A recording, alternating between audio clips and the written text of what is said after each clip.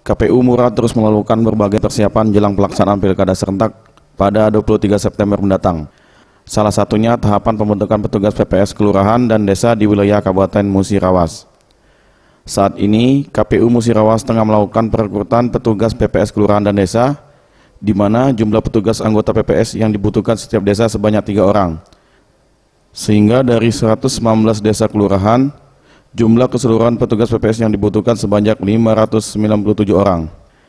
Setelah membuka pendaftaran petugas PPS, tahapan selanjutnya pada 1 Maret akan dilakukan seleksi tertulis dan seleksi wawancara.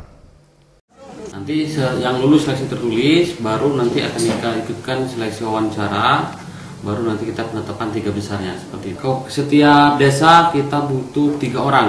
Jadi totalnya kita butuhkan 597 orang karena di desa kita itu ada 199 desa. Dari sejumlah persyaratan untuk menjadi anggota PPS, KPU menekankan petugas PPS nantinya tidak terlibat partai politik, berintegritas, dan yang terpenting harus berdomisili di desa setempat. Tim Liputan, Sriwijaya TV.